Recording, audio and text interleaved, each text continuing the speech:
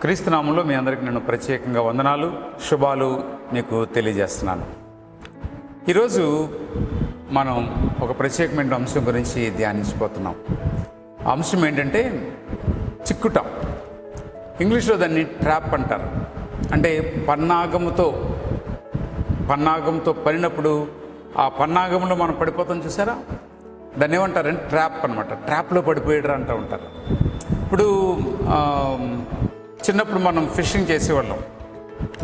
Fishing చేసి ఆ యొక్క గేలానికి ఎరపెట్టి చేపని పట్టడానికి ఆ కాలువలోనూ లేకపోతే ఆ యొక్క చెరువులోనూ వెళ్ళేవాళ్ళం. అంటే ఆ ఎర పన్నాగం. చేపకి భోజనం ఇవ్వటం మన ఉద్దేశం కాదు. చేపను పట్టుకోవడానికి పన్నాగంతో ఎర చూపిస్తున్నాం అనమాట, ఆశ చూపిస్తున్నాం అనమాట అండి. అది పాపం మంచి భోజనం కదా, తింటాక బాగుంది కదా అనుకుంటుంది. కానీ ఆ యొక్క ముళ్ళుకి పట్టబడిపోతుంది. అలాగే ర్యాట్స్ని, ఎలకల్ని, ఉడతల్ని పట్టడానికి రైతులు బోన్లు వేస్తూ ఉంటారు. బోన్లు వేసినప్పుడు ఆ బోన్లో దానికి ఇష్టమైనటువంటి వడ్లో బిస్కెట్స్, కేక్స్ పెడతా ఉంటారు. ఈ పిచ్చిది అయ్యో నాకు మంచి భోజనం ఉంది, కేక్ మొక్క ఉంది అని లోపలికి వెళ్తుంది. ఆ యొక్క బోన్ లోపలికి వెంటనే బోన్ ఇలా మూసుకుపోతుంది. ఆ యొక్క రైతు పడినటువంటి పన్నాగంలో ఆ ఎలక లేకపోతే ఉడత లేకపోతే చేపలు పట్టేవాడు పన్నాగంలో చేప ఎలాగైతే పడిపోయిందో, సాతాను కూడా మన జీవితంలో కొన్ని పన్నాగాలు పడుతుంటాడు, ట్రాప్ చేస్తూ ఉంటాడు అన్నమాట అండి. ఆ ట్రాప్ మనకు కనపడదు. చేపకి ఆ యొక్క ఎర్రలో ఉన్నటువంటి లోపల ముళ్ళు కనపడదు. అలాగే ఈ ఉడత లేకపోతే ఎలుక్కి మన లోపలికి వెళ్తే ఆ తలుపు మూసుకుపోతుంది, అందులో మన పేక నలిగిపోతుందన్న సంగతి తెలీదు. కనపడేదల్లా కూడా చాలా చక్కగా కంటికి ఇంపుగా కనపడే భోజనం కనపడుతుంది, తిండి కనపడుతుంది, ఆశపడుతుంది, ఆఖరికి ప్రాణము చెల్లించవలసి వస్తుంది. అలాగే సాతాను కూడా మనకి కనపడినవాడు, అందులో ప్రమాదం ఉందని, అందులో చావు ఉందని కనపడినవాడు చక్కని ఒక పన్నాగాన్ని పండుతాడు. ఆ పన్నాగం పడేసరికి మనకు తెలియకుండా ఆ పన్నాగంలో చిక్కిపోతాం అనమాట. దాన్ని ట్రాప్ చేయటం అంటూ ఉంటారు. పోలీసులు దొంగను పట్టుకోవడం కోసం ట్రాప్ చేస్తూ ఉంటారు. కాబట్టి మన జీవితాల్లో కనుక మనం చూస్తే 3 రకాల ట్రాప్స్ని అంటే తెలివిగా, అంటే మనకు కనపడుకోకుండా సాతాను పన్నాగం పడుతూ ఉంటాడు. ఆ 3 ఏంటి అంటే కంఫర్ట్ ట్రాప్ అంటారు. కంఫర్ట్ అంటే సుఖాన్నిచ్చే ఒక పన్నాగం అనమాట అండి. సుఖంగా కనపడుతుంది, కంఫర్ట్గా కనపడుతూ ఉంటుంది, కష్టం లేకుండా కనపడుతూ ఉంటుంది. కానీ అందులో సాతాను మన ఉద్దేశాన్ని పాడు చేసి మనల్ని సాతాను వైపు లాక్కునే ఒక పన్నాగం అనమాట అండి. కొంతమంది క్రెడెన్షియల్ ట్రాప్స్ అంటే బిరుదులు, గొప్పతనం కోసం కొన్ని పనులు చేస్తూ ఉంటారు. గొప్పతనం కోసం అంటే గొప్ప పేరు వస్తుంది అన్నటువంటి ఆలోచన అనమాట అండి. దాన్ని ఏమంటారు? క్రెడెన్షియల్ ట్రాప్ అంటారు. అంటే పేరు వస్తుంది అన్నటువంటి ఆలోచన అనమాట. దాన్ని చూపిస్తుంటాడు. కొంతమంది పేరు కోసం, ప్రఖ్యాతుల కోసం ఒక్కొక్కసారి దేవుని యొక్క మార్గాన్ని, దేవుని యొక్క పద్ధతుల్ని వదిలిపెట్టి వెళ్ళవలసినటువంటి పరిస్థితి ఏర్పడుతుంటుంది.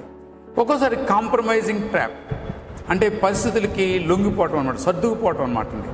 ఏం చేయగలంలే, ఇంతకంటే ఏం చేయగలం, అంత బాగానే చేశాను కదా అని మనకు మనంగా సర్దుకుపోయే మనసులోకి లాక్కెళ్తాడు అనమాట. లాక్కెళ్ళి పన్నాగంలో మనల్ని పట్టుకుంటాడు. ఇప్పుడు ఏ ట్రాప్ అయినా సాతాను యొక్క ఉద్దేశం ఏంటంటే దేవుని వైపు ఉండుకోకుండా, దేవుని యొక్క చిత్తం వైపు నడవకోకుండా, దేవుని యొక్క ఆలోచనతో నడవకోకుండా ఉంచడానికే ఈ యొక్క సాతాను యొక్క ఉద్దేశం అనమాట అండి. అంటే ప్రభువు మనల్ని సృష్టించినప్పుడు దేవునికి ఒక ఉద్దేశం ఉంది మన జీవితం గురించి. ఆ ఉద్దేశాన్ని ఆయన మన జీవితం ద్వారా ఫుల్ఫిల్ చేసుకోవాలనుకుంటున్నాడు. కానీ సాతాను యొక్క ఉద్దేశం ఏంటంటే ఏదో ఒక trap, either comfort trap, credential trap, లేకపోతే కాంప్రమైజింగ్ ట్రాపు, ఏదో ఒక ట్రాప్ని ఉపయోగించి దేవుని యొక్క ఉద్దేశంలోకి మనం వెళ్ళకోకుండా, ఆ వైపు చూడకోకుండా సాతాను ఏం చేస్తాడంటే మన పన్నాగంతో మనం పన్నుతాడు. మనం పన్నాగంలో పడిపోయి నాశనం అయ్యే వరకు నేను పన్నాగంలో ఉన్న సంగతి తెలియదు మనకి. చేపకంతే, ఎలక ఆ ముళ్ళుని గట్టిగా పట్టుకుని దాన్ని లాగే వరకు లోపల ముళ్ళు ఉందన్న సంగతి తెలియదు. ఉడతకి ఎలకంతే, లోపల ప్రాణం పీక మీద నొక్కే వరకు కూడా అది ప్రాణం పోతుందన్న సంగతి తెలియదు గుర్తుకు కూడా. అలాగే మనం కూడా అందులో ఉచ్చులో చిక్కుకుపోయి నలిగిపోతూ ఇంకా బయటికి రాలేని స్థితికి అప్పుడు గుర్తిస్తాం, అయ్యో అనుకుంటాం. అప్పటికి జరగవలసినటువంటి నష్టం అంతా కూడా జరిగిపోతుంది. కాబట్టి దేవుడు తన యొక్క వాక్యం ద్వారా ఈరోజు మనతోటి మాట్లాడుతున్నాడు. దేవునికి God has a wonderful plan అనమాట అండి. మన ప్రతి ఒక్కరి మీద కూడా ఒక అద్భుతమైనటువంటి ప్లాన్ ఉంది దేవునికి. ఆ ప్లాన్ని మన జీవితం ద్వారా ఆయన ఫుల్ఫిల్ చేసుకోవాలని ఆయన చూస్తున్నాడు. మన యొక్క ఉద్దేశం కూడా దేవుని యొక్క ప్లాన్ని నెరవేర్చాలి అన్నట్టు ఉద్దేశంతో మనం కూడా ఉండాలి. కాబట్టి ఆ ప్లాన్, దేవుని యొక్క ప్లాన్ని మనం నెరవేర్చాలి అని కనుక అనుకున్నట్లయితే మనము దేవుళ్ళో ఎదుగుతూ దేవుని యొక్క చిత్తాన్ని తెలుసుకుంటూ దేవునితో కోఆపరేట్ అనమాట అండి. When we cooperate with him, అంటే ఆయనతో మనం కోఆపరేట్ చేస్తూ ఉన్నట్లయితే దేవుడు మన ప్రభు ఖచ్చితంగా ఆ ప్లాన్ని మన జీవితంలో నెరవేరుస్తారు.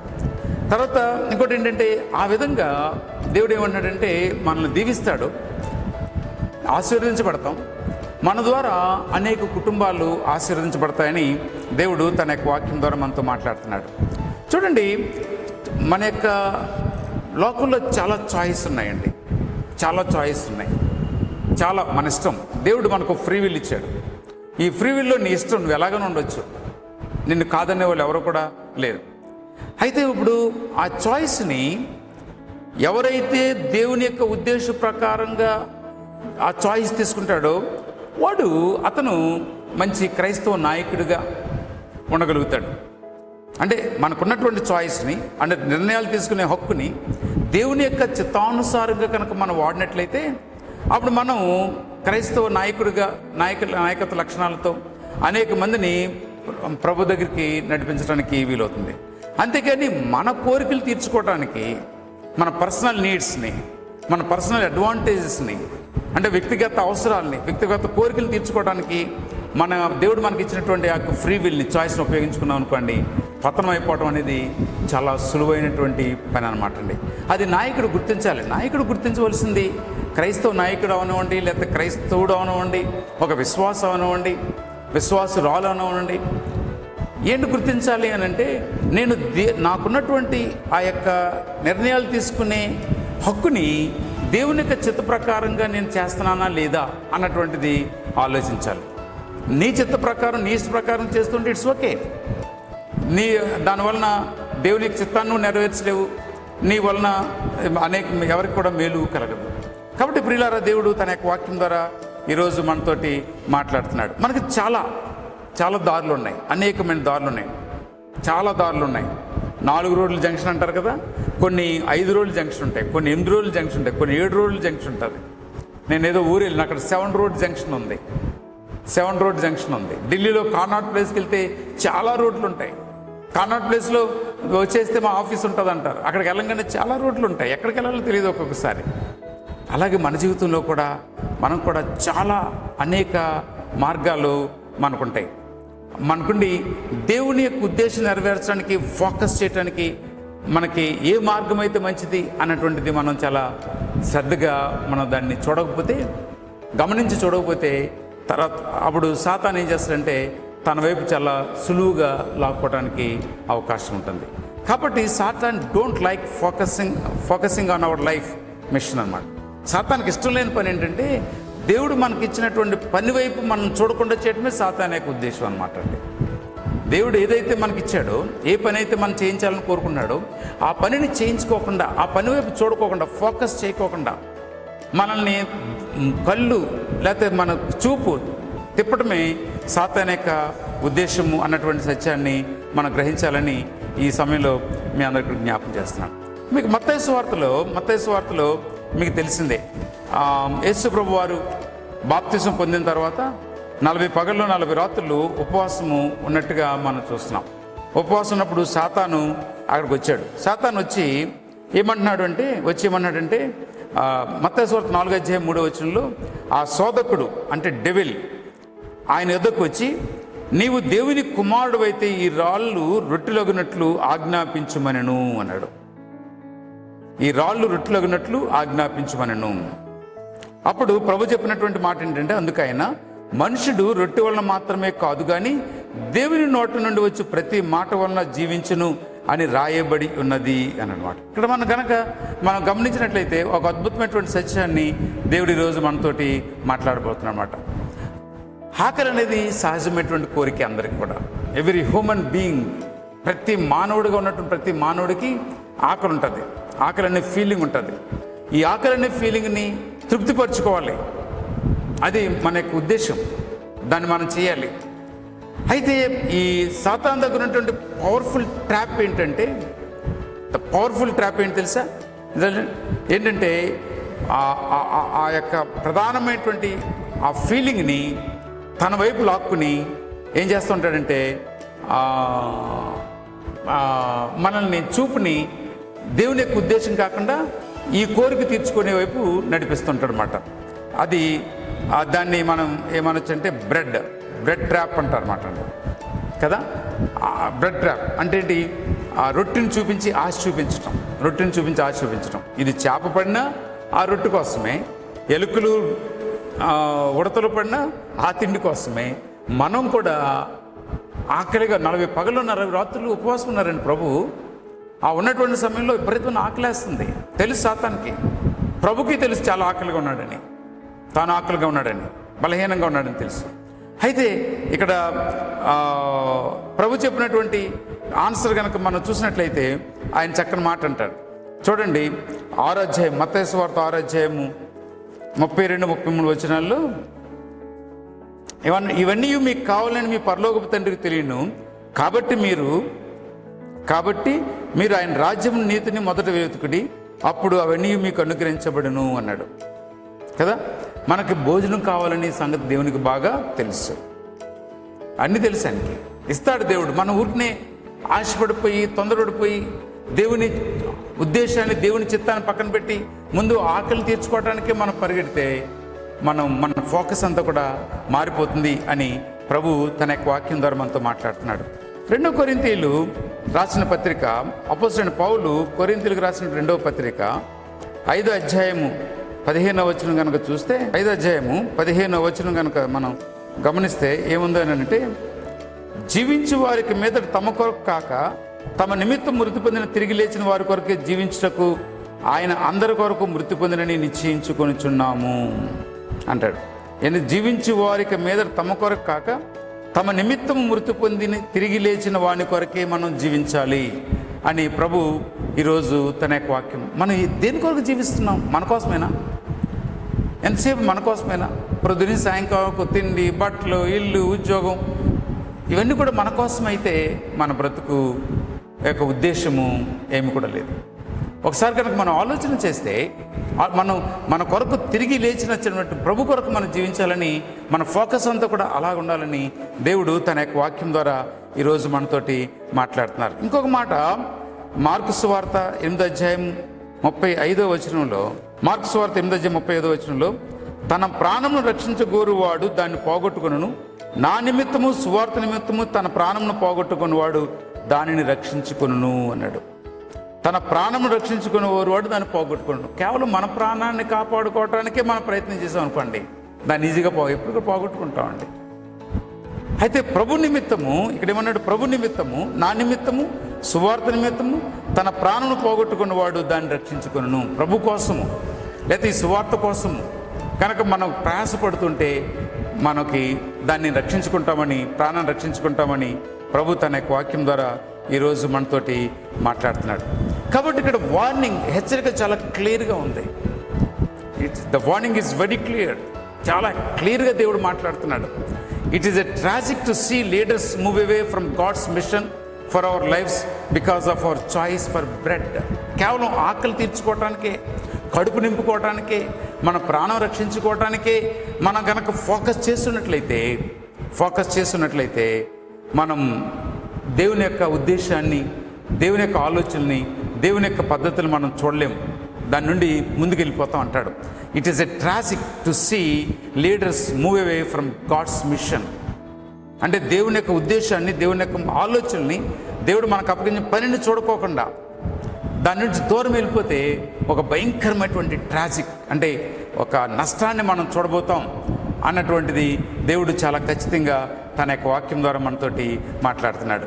చూడండి, ఇక్కడ ఈ bread, the falling in to the bread trap, ఈ ఆకలి తీర్చుకోవడానికి లేకపోతే ఆహారం కోసము ఆ ట్రాప్లో పడిపోయి గొప్ప అద్భుతమైన జీవితాన్ని పోగొట్టుకున్నటువంటి ఒక వ్యక్తిని మనం బైబిల్లో చూడబోతున్నాం.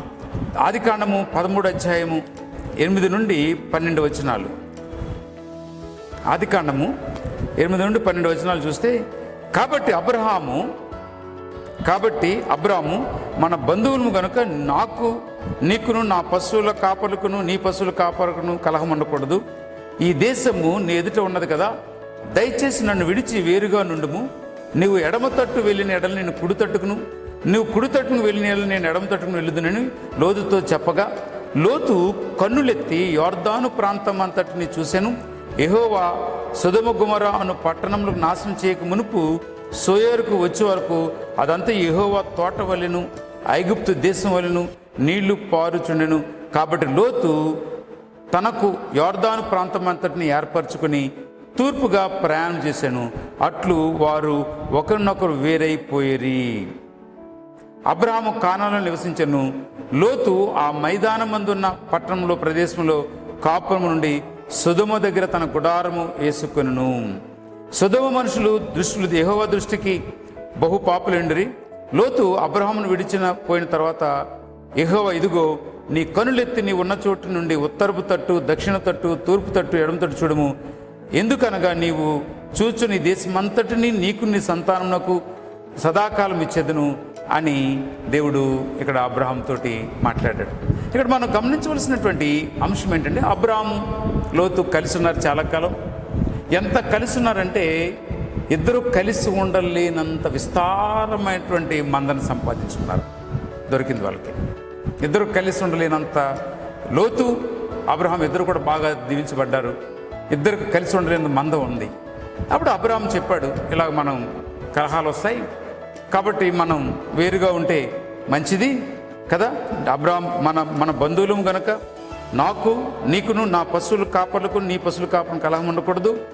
ఈ దేశమంతటి నీ ఎదురు ఉన్నది, దయచేసి నన్ను విడిచి వేరుగా నుండుము. నువ్వు ఎడమ తట్టుకు వెళ్ళిన ఎలా నేను కుడి తట్టునకును, నువ్వు కుడి తట్టుకు వెళ్ళిన ఎలా నేను ఎడమ తట్టును వెళ్ళుదని లోతుతో చెప్పగాను. లోతుతో మాట్లాడాడు. లోతు అబ్రాహాం కూడా వచ్చాడు. రావటం మంచి ఉద్దేశంతో వచ్చాడు, కూడా ఉన్నాడు, బాగా ఉన్నాడు. అయితే ఇక్కడ ఏమైందంటే, నీకు నాకు గొడవలు వస్తాయి కాబట్టి నన్ను విడిచి దూరంగా ఉండు అని చెప్పినప్పుడు లోతు చాలా ఇంటెలిజెంట్గా, చాలా స్మార్ట్గా తన యొక్క నిర్ణయాన్ని తీసుకున్నట్టుగా మనం ఇక్కడ చూస్తున్నాం. దేంటది? ఆ చాయిస్ ఏమంటే బ్రెడ్ చాయిస్ అనమాట. అంటే ఆ యొక్క కంఫర్ట్, సుఖంగా ఉంది, ఇంకా నా ఈయనతో నాకు గొడవ లేదు, నా పనులు, నా మంద, నా మనుషులతో నేను హాయిగా ఉండొచ్చు, నాకే ముందు అవకాశం ఇచ్చాడు కాబట్టి నేను ఇష్టం, ఈ 4 దిక్కులు ఎక్కడికైనా వెళ్ళొచ్చు అని లోతు అనుకున్నమాట. కాబట్టి ఇక్కడ గమనించినట్లయితే అబ్రాహాం ఎప్పుడైతే లోతుతో చెప్పాడో, లోతు ఒక క్షణం ఆలోచించవలసింది. దేవుని చిత్తం ఏంటో ఒకసారి కొద్ది కాలం కనిపెడతాను, దేవుని చిత్తం కొరకు ఆలోచన చేస్తాను, ప్రార్థన చేస్తాను అని అనున్నట్లయితే స్టోరీ, అక్కడ కథ, లోతు యొక్క జీవితం కథ ఇంకొకలా ఉండేదేమో మనకు తెలియదు. కానీ లోతు ఏమాత్రం కూడా క్షణం మాత్రం కూడా ఆలోచించుకోకుండా అబ్రాహాము అన్నాడు వెంటనే 4 దిక్కులు చూశాడు. దిక్కుసరికి ఆ దిక్కు చాలా బాగుంది, యెహోవా తోటలాగా ఉందట, చూడటానికి చాలా రమ్యంగా ఉందటండి, చాలా బాగుంది. వెంటనే ఏమన్నాడు, నేను ఈ దిక్కుకు వెళ్తానని ఏం చేశాడు, అబ్రాహామును విడిచి లోతు ముందుకెళ్ళినట్లుగా మనం ఇక్కడ చూస్తున్నామట. కాబట్టి now watch the comfort trap reveals its true poison to the life of a Lot. ఆ రోజు లోతు తీసుకున్నటువంటి నిర్ణయం అబ్రాహాము జీవితంలో ఎంత విషంగా మారిపోయిందో, లోతు జీవితంలో ఎంత విషంగా మారిపోయిందో మనం ఒకసారి ఆలోచించాలి. ఒక్క నిర్ణయం తీసుకున్నాడు లోతు, ఒక్క నిర్ణయం, నేను ఈ తట్టు వెళ్తాను అని కన్నులకు ఇంపుగా ఉన్నటువంటి ఆ యొక్క సొదొమ గొమొర్రా పట్టణం వైపు కన్నులు చూసి టెంప్ట్ అయ్యాడు, పడిపోయాడు ట్రాప్లో, అటు వెళ్ళిపోయాడు. ఒక్క నిర్ణయము తన యొక్క కుటుంబం, తన యొక్క జీవితం అంతా కూడా మారిపోయినట్టుగా మనం ఇక్కడ చూస్తున్నాం అన్నమాట. కాబట్టి మన జీవితాల్లో మనం ఆలోచన చేయవలసింది ఏంటి అంటే లోతు 12వ వచనంలో ఏముంది? లోతు ఆ మైదానమందున్న పట్టణంలో ప్రదేశంలో కాపురం నుండి సొదొమ దగ్గర తన గుడారము వేసుకునను. చూడండి, ఫస్ట్ ఏం చేశాడు లోతు? పొలాలు పచ్చగా ఉన్నాయని చూశాడు. అంటే లోకానికి అట్రాక్ట్ అయ్యాడు. మన జీవితంలో లోకానికి అట్రాక్ట్ అయ్యి తీసుకునే ప్రతి నిర్ణయం కూడా దేవుని యొక్క చిత్తం నుండి దూరం వెళ్ళిపోతుంది అన్న సంగతిని మనం గ్రహించాలి. రైట్? ఆలోచించారు? అంటే లోకము బాగుంది, చక్కగా ఉంది అని అనుకుని తీసుకునే ప్రతి నిర్ణయం కూడా దాని వెనక మనం ఆలోచించాలి, దేవుని యొక్క చిత్తానికి దూరం అవుతున్నాము అన్న సంగతిని ఆలోచించాలి. కాబట్టి మొదట ఏం చూశాడు? పచ్చని చేలు చూశాడు, చాలా అట్రాక్టింగ్గా ఉంది. అట్రాక్టివ్గా ఉండి ఏం చేశాడు? అటువైపు దారి తీశాడు. దారి తీసిన తర్వాత 14వ అధ్యాయం 12వ వచనంలో కనుక మనం చూస్తే 14వ అధ్యాయం 12వ వచనం కనుక చూస్తే ఏముందంటే, మరియు అబ్రాహాము సహోదరుని కుమారుడు లోతు సొదొమలో కాపురం ఉండెను గనుక అతనికి అతని ఆస్తిని అన్నాడు. ఇప్పుడు ముందు సొదొమ గొమొర్రా పట్టణం వైపు వెళ్ళాడు, ఆ దగ్గర గుడారం వేశాడు, కొంతకాలానికి ఆ పట్టణంలోనే నివాసం ఉన్నాడు అని దేవుడు తన యొక్క వాక్యం ద్వారా ఈరోజు మనతోటి మాట్లాడుతున్నాడు. కాబట్టి ఇక్కడ ఆలోచన చేస్తే దేవుని యొక్క ఉద్దేశం ఇక్కడ లోతు జీవితంలో ఇంకా దేవుని యొక్క ఉద్దేశం ఏమీ లేదు. ఇంక వదిలిపెట్టేశాడు దేవుణ్ణి. ఇంకా తన ఉద్దేశమే, తన ఆలోచనలే, తన తలంపులే. ముందు పచ్చగొంటం చూశాడు, అటువైపు వెళ్ళాడు, సొదొమ గొమొర్రా పట్టణాల దగ్గర కాపురం ఉన్నాడు, కొంతకాలానికి పట్టణంలోనే ఉన్నాడు. కాబట్టి నెమ్మదిగా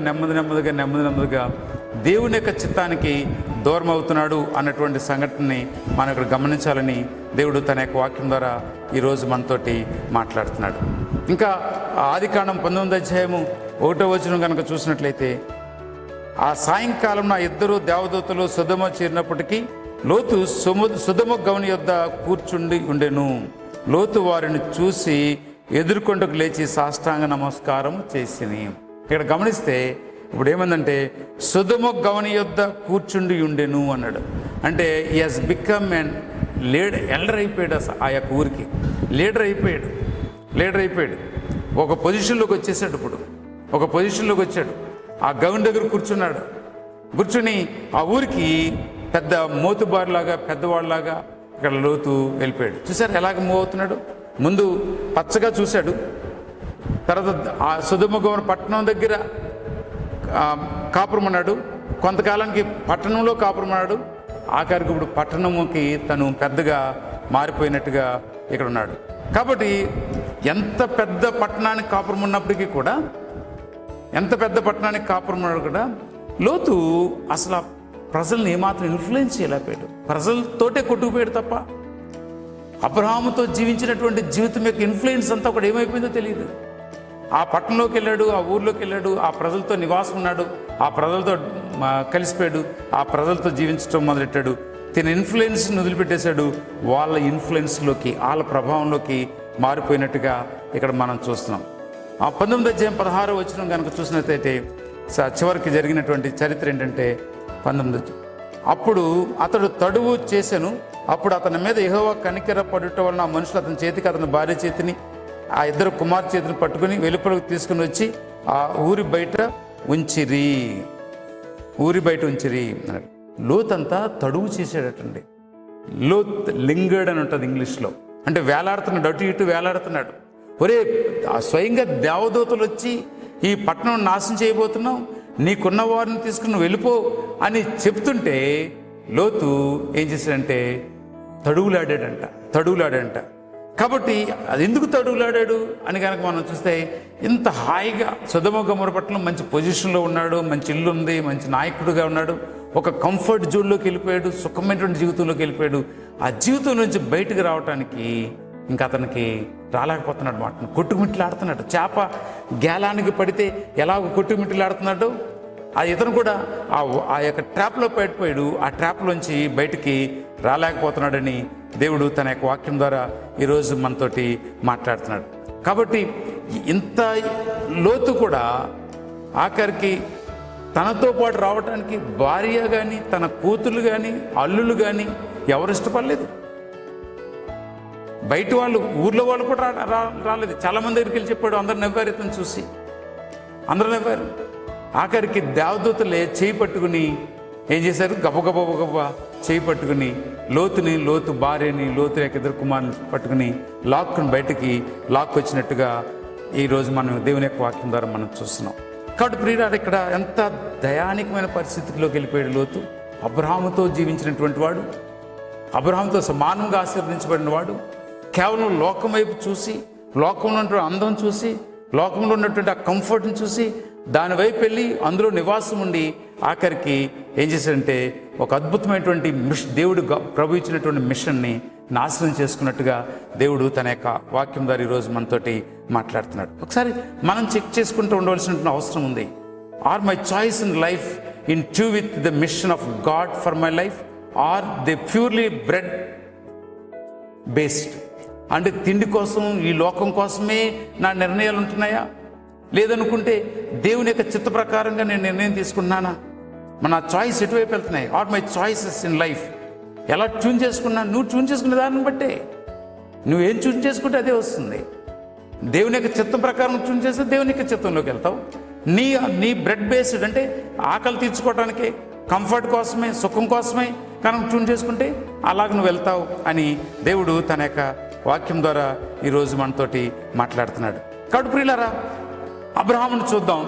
అబ్రహాము యొక్క జీవితాన్ని ఒకసారి మళ్ళీ కనుక చూస్తే, అబ్రహాము ఎదురు చూశాడు దేవుని కోసము.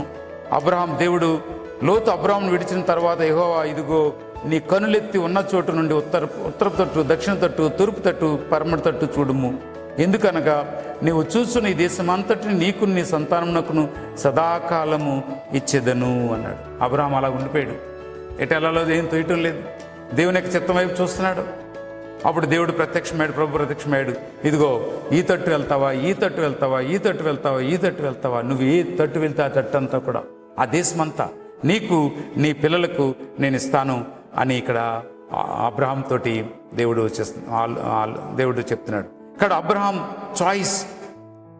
యొక్క చాయిస్ అంతా కూడా ఎలా ఉందంటే దేవుని చిత్తం నెరవేర్చడమే, దేవుని యొక్క చిత్తం నెరవేర్చడం. కాబట్టి ఎప్పుడైతే దేవుని చిత్తం నెరవేర్చడానికి అబ్రహాం ఎదురు చూశాడో, the land was not only to Abraham but also to his descendants.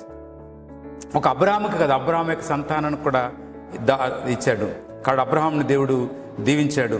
ఆ విధంగా మనం కూడా దేవుని యొక్క చిత్తం వైపు కనుక మనం చూసినట్లయితే మనల్ని కూడా దేవుడు ప్రభు దీవిస్తాడు, ఆశీర్వదిస్తాడు అని తన యొక్క వాక్యం ద్వారా ఈరోజు మనతోటి మాట్లాడుతున్నాడు. కాబట్టి ప్రియులారా, ఒకసారి ఆలోచన చేద్దాం.